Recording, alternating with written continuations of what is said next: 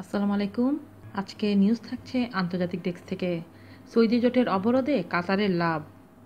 মুসলিম বিশ্বের অন্যতম প্রভাবশালী দেশ সৌদি আরব ও তার প্রতিবেশী তিন মিত্র জোটের আরোপিত আরেক প্রতিবেশী কাতারের উপর জবরদস্তিমূলক অবরোধ আয়োজন ভেস্তে যেতে বসেছে।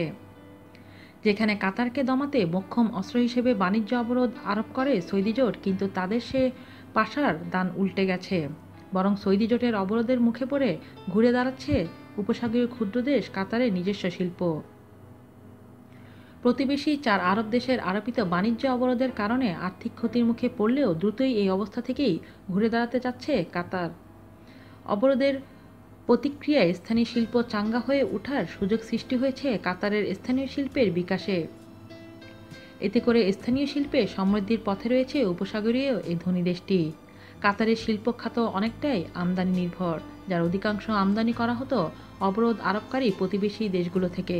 কিন্তু 2 মাস আগে অবরোধের মুখে পড়ে বিকল্প খুঁজতে শুরু করে কাতার, যার মাধ্যমে অধিক আত্মনির্ভরশীল হওয়া যায়। যেমন কাতারের নির্মাণ প্রতিষ্ঠান ডনে কর্মীদের গত শেষ কয়েক সপ্তাহের কাজের চাপ দ্বিগুণ করা হয়েছে, যেন রাসায়নিক পণ্য উৎপাদন বৃদ্ধি পায়। অবরোধ আরোপ করে প্রতিবেশী দেশগুলো যেখানে কাতারের স্থানীয় শিল্পকে থামিয়ে দিতে চেয়েছিল, সেখানে বরং স্থানীয় শিল্পে গতি সঞ্চার হয়েছে, এমনটাই মনে করেন ডনের কর্মী খাসিফ আইজাজ। তিনি বলেন, আমাদের পণ্যের অর্ডার বেড়েছে, প্রতিদিনই আমরা অর্ডার অনুযায়ী আনুপাতিক হারে উৎপাদন বৃদ্ধি করছি, কিন্তু এই সময় আমরা কাঁচামালের প্রাপ্যতা নিয়ে সংগ্রাম করেছি, যেহেতু আমরা চীন, ইউরোপ ও যুক্তরাষ্ট্র থেকে কাঁচামাল আমদানি করছি।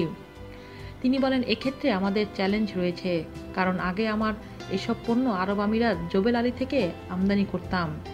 এদিকে অবরোধ শুরুর পর এর প্রভাবে গত জুনে অন্তত 40% আমদানি কমে গেছে কাতারের।